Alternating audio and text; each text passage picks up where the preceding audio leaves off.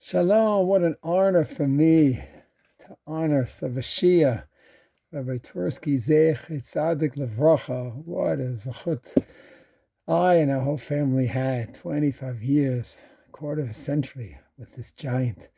Actually started before they even met.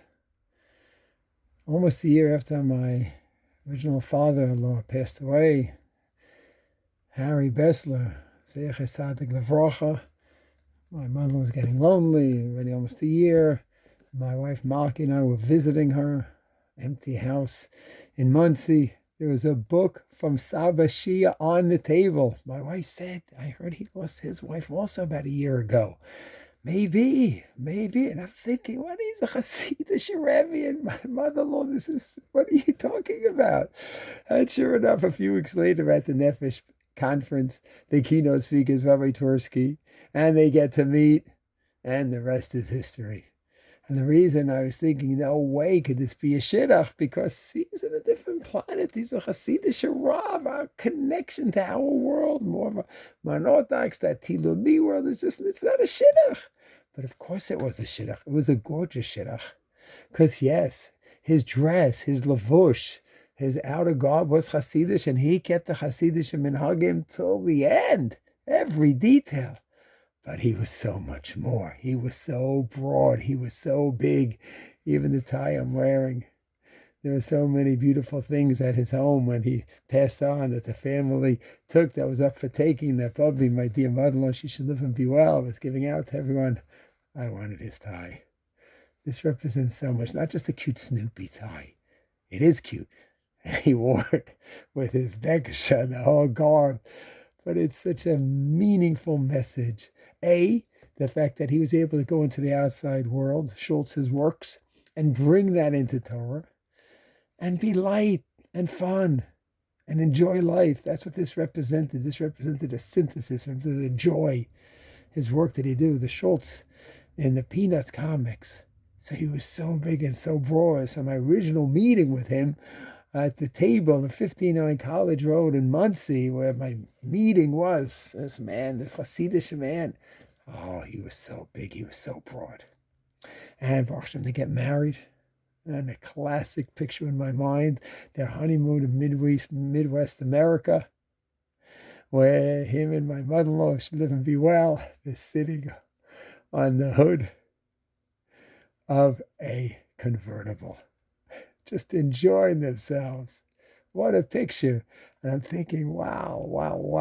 World-class Talmid Chacham, PhD, scholar, and able to enjoy life and show Bubby a good time, which they did for 25 years, traveling the world. So close to his Masorah, not changing a thing, and so broad. And regarding changing the Masorah, I'll give a beautiful story. Where once it was a little bit late Friday evening, and I wanted to make Kiddush. It was an early Shabbos. I wanted to make Kiddush before a certain Zman when you make early Shabbos in terms of Shema, different halachic issues. So it ran a little bit late, and the Zman was coming up to make Kiddush. So I made Kiddush first, then we did Shalom Aleichem, Meishes Chayla, gave out the brachos. The next morning, he said to me, Danny, do you ever put your shoes on before your socks? I said, Sabba Shea and I don't do that. He said, good. Well, there's an order to things. And there's also an order at Kiddush Friday night too. We get home, we say Shalom Aleichem, Eishes Chaya, we give our brachas, and then we make Kiddush. What was he saying with that little sparkle in his eye? He keeps the Masorah. Technically, halachically, was it right what he did? Maybe, but plan differently. Plan in advance to make sure that you get all the minhagim in and try to do the right order. Keep the Masorah to the last detail. That was the message in his own funny way. And we joked for years about not putting on shoes before the socks. So he comes into the family. We meet him. We see the pictures from the honeymoon. That, wow, he's a fun man. And then a few weeks later, what does he tell me? Danny, go to an AA meeting. I smell my breath. Sabba Shea, what are you saying? What are you saying? You think I have an issue with drinking? On Shabbos, Friday night, Shabbos morning, I have a little bit of Malaga sweet syrupy wine, and that's it. I'm not a drinker. Said, I don't know, just go. I'm not saying you drink it, just go. You'll see what I mean. So I had to find the right meeting to go to. There's closed meeting and then there's open meeting. Closed meeting is only for people, alcoholics, or if it's any of the 12 meetings, anyone who has an addiction. An open meeting, anyone can go. So I had to find one. I also had to find one not in the Far Rockaway Five Towns community. I'm a Rabbi in high school there. That may not be a very good image for the school. So I went out to Long Beach. Of course, the second I got to Long Beach, I found an open group. So I was, hey, how you doing, Rabbi Myers? So it was one of Sabba Shea's fans. He said, oh, yeah, I know. Sabba Shea sent you here, right? Yeah, he always wants people to come. So he understood what it was and didn't cause any trouble with the school. Went to the meeting, and wow, what a game changer for me. I understood why he was saying I should go. Why? Because here are people who see themselves, see their struggles. We are always very good. Every one of us could be a Kohen, could spot this tzaraat in everyone else. A Kohen, of course, checks for tzaraat in other people. We're very good at detecting other people's challenges and problems. To see yourself. And they did that. It was 8 a.m. And the presenter said, yeah, I'm Bob, and I'm an alcoholic. Hi, Bob.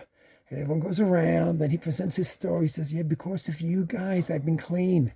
I didn't drink today. And I'm thinking, it's 8 o'clock. What do you mean I didn't drink today? He understands himself. He understands his nature's pulling like a magnet to that drink. And because of the support of the group, and because they work together. And that was like a new world he opened up to me.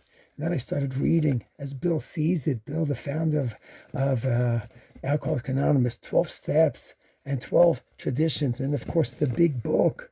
I got involved in a whole new world. That mean expert on make me an expert on addictions? Of course not. You have to go to someone who's an expert on these things, obviously.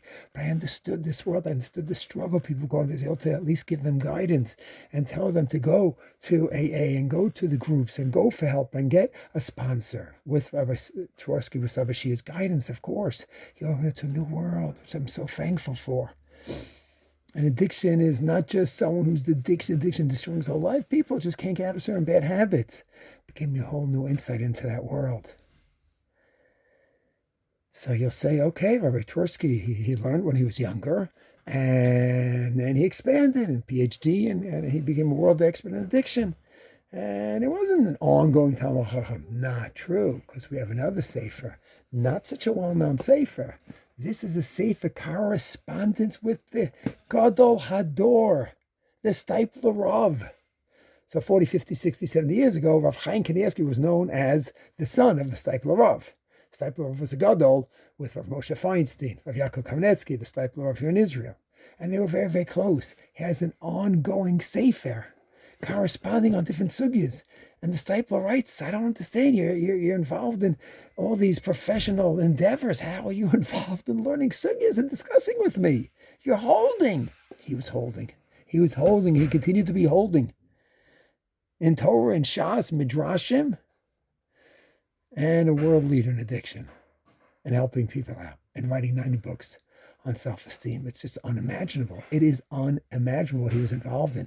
And just to give a little taste of some of the points that he brought to us, my Zaydi Rav Matala, where you get an insight into the heritage where he came from. And that was so, so precious to him. And the stories and the insights and the impact that made him. That's why he didn't budge one iota for any of the Hasidic Minhagim. He became broader and broader and broader, but his anchor was his Hasidic Masorah, because he knew where he came from. He knew he came from gold, and he wasn't going to budge at all from that. Expand, yes, but the anchor was so clearly there. And so too with his professional, a Jewish perspective from the case files of an eminent psychiatrist, IMI. He did not come up with that title, obviously. The publishers did, Rabbi Twerski. So he had deep professional knowledge of psychiatric issues, not just addiction, but psychiatric issues as well. And he was just dealing with everything. And then another one, when he had, of course, generation to generation, we talked about his continued Masorah. And then he has a book on brachos. Halachas of brachos, meaning behind brachos. So what did we see for 25 years? What did we see? The anchor in our Masorah.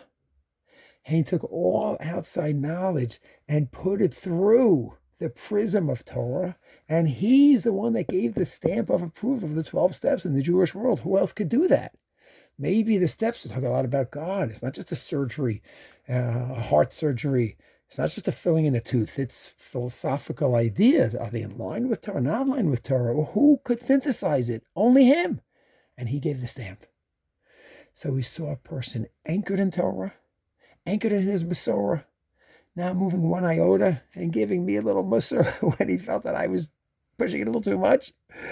And yet so broad, but his broadness was anchored in the Torah. And then one of the greatest treats that we as a community, not Hama'or, we loved davening the shul so much. It was such a great treat for him. Every year he did the Shabbos Shuvah Drasha, Shabbos Haggadah Drasha, and then he was the Chazan for the Elah with his grandchildren, great-grandchildren around the Bima. I don't think we were on earth. I think the whole Kila was up in the clouds somewhere. It was so meaningful that his grandchildren, great-grandchildren even came back even after he passed away, because it was such a powerful experience for them. And they still sometimes come back to the shul to reconnect to that magic. What is a chus? What is a chus that I had 25 years to be a son-in-law? What is a chus my family had for my children to grow up with Sabba, Shea? What can I say to Hashem for that experience that I had, my wife had, my children, and the community? His memory should always be for a blessing. He should keep inspiring us, his works, his lessons, his life. We should just go Michael, L'chael. Shalom.